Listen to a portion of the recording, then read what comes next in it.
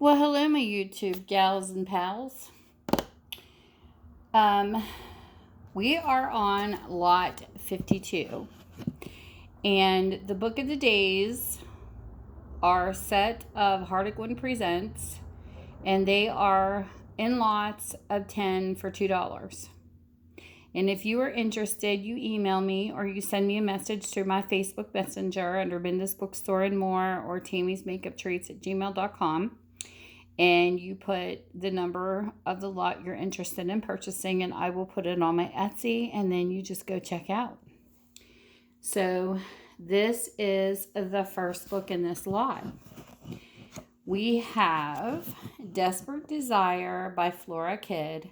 This is Harlequin Presents 729, and this is a copyright of 1984. This is what the book looks like. And this is what it's about. She needed to be loved, not merely desired. Lenore had gone to Maine to rebuild her life after her involvement with Herzl Rubin had ended in rejection. Then all too soon her heart went out to Adam Johnson, a half-blind man who was more bitter and mistrustful of people than Lenore could ever be. Electrifying passion flared between them, too sudden and overpowering to be called love, but an undeniable attraction nevertheless. Lenore was afraid. Once that infatuation burned itself out, Adam might again desire his girlfriend Valerie, and Lenore would be more desperately unhappy than ever.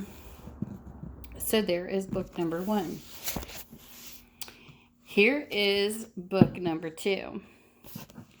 This one here is called Pelangi Haven by Karen van der Zee. It is Harlequin Presents 830, and it is a 1985 copyright. It's got a name right there, some writing, that's what the book looks like, and this is what it's about. It was only a matter of time. Lyndon fled from Waite's violent black moods to be alone at her Pelangi Heaven, Rainbow Island off the coast of Malaysia. Instead, she found a friend. There was strength and determination in Justin Parker's face, yet he was also revealed his weaknesses,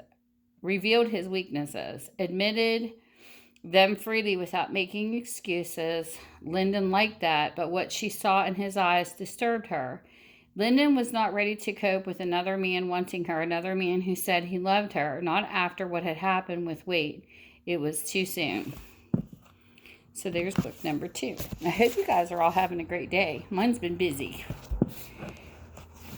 So here is the third book. This is called The Homeplace by Janet Dailey. It is Harlequin Presents 159. It is a 1976 copyright. Some initials of people who read it. That's what the book looks like, and this is the synopsis. The Homeplace. Sometimes it can be like that between two people, Rob said calmly. Kathy's eyes glittered with anger as she studied the man standing so arrogantly over her, Rob Douglas, new owner of the home so precious to her.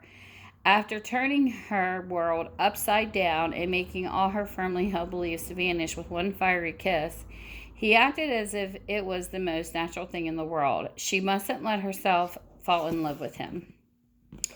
So there's book number 3. Book number 4. This one is called The Hawk of Venice by Sally Wentworth. It is Harlequin Presents 862, and it is a 1985. It's got some writing. This is what the book looks like. And this is what it's about. Are you accusing me of lying? Count Barini denied all knowledge of Petra's friend Sarah, the girl he'd run off with, but Petra had seen them drive away together in Carlo's red Ferrari, and now Sarah had disappeared.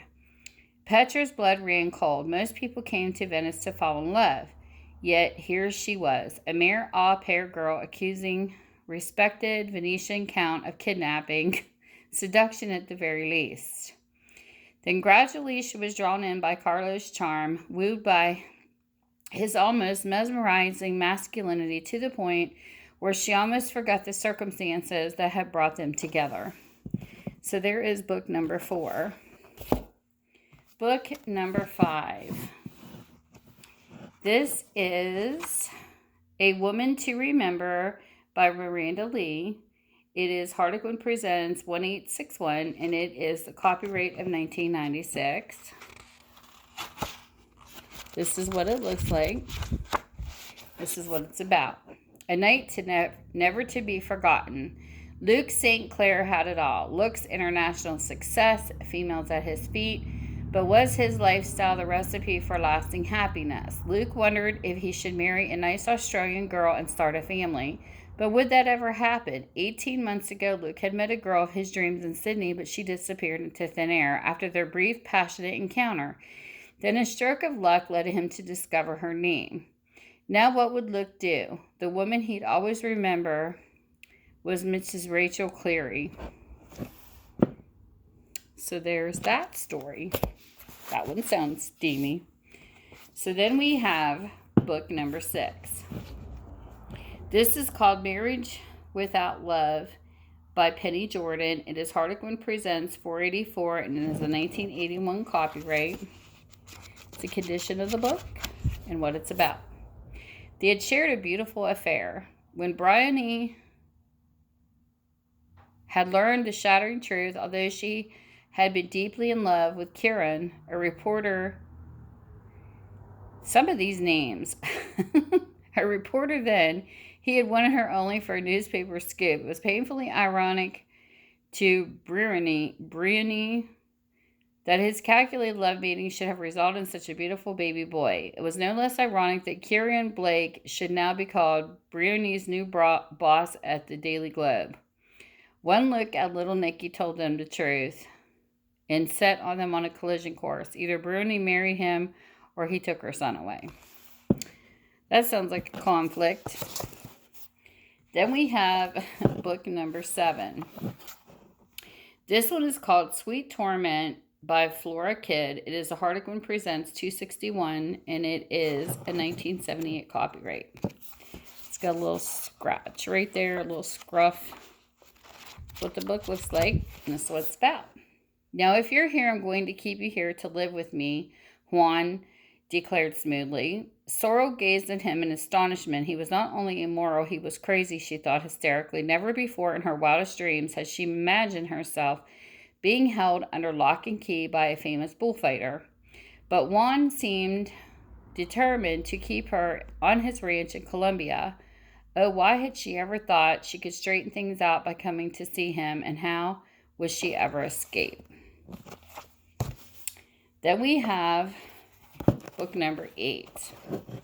This one is A Man to Tame by Rachel Lindsay. It is Harlequin Presents 184. It's copyright 1976. It's got a little bit of writing. That's what it looks like. And this is what it says. A Man to Tame. Kate Gibson knew that when she took over the job of factory doctor, it would be difficult to persuade the men to accept a woman. She certainly hadn't expected to have the same trouble with Joshua Howard, the forceful head of the company. You can't get rid of me as easily as that, Mr. Howard, Kate said angrily. I have no intention of returning to London. I have signed a contract with you and I'm going to fulfill it. It was only later on that Kate wondered if, having accepted her as a doctor, Joshua would ever see her as a woman. So there is book number 8. Book number 9. We have Love Me Not by Lindsay Armstrong. This is a Harlequin Presents 887. It is a 1985 copyright. That's what the book looks like, and this is what it's about. So what am I going to do? It was a question Leonie couldn't quite answer, but suddenly she knew she couldn't go through with her plans of revenge against Guy Richardson. She'd been going to try to make him fall in love with her and then turn him down flat, walk away from him as she had her sister. Now she knew she hadn't taken into account that Guy was likable, that her sister had lied, that the warm, fragile relationship between herself and Guy could grow into something real and permanent, if only he could forgive her. So there's number 9. Book number 10. We have called A Land Called Deseret by Janet Dailey. It is Harlequin Presents 326, and it is a 1979 copyright. That's what the book looks like. This is what it's about. Yes, Lorraine agreed without turning. She didn't want Travis McCree to see the brightness of the unshed tears in her eyes. It's a vast, beautiful, the lie stuck in her throat. She couldn't find anything beautiful about this desolate country. Nothing, she finished with cold, blatant truthfulness. You could be right, Travis considered her reply. Lorraine felt his gaze on her. Heat rushed through her body, and she realized he was applying the description to her instead of the land, a beautiful nothing. So there's book number 10. I love books. They're one of my passions, in case you guys have not noticed. That's why I opened up a used bookstore in the first place. And I just want to thank everyone who stops by and who watches and listens to me read. And you guys are so appreciated for helping my channel grow. And I also wanted to say that I have broken 1,000 videos on my YouTube channel. I did not come to YouTube for this reason, but that's what ended up happening. So I just want to thank everybody who has helped my channel get to where it's at. And I hope whatever time zone you're in, that you just have a great day. And with that, you guys take care and take care of yourselves. And, God bless. Bye.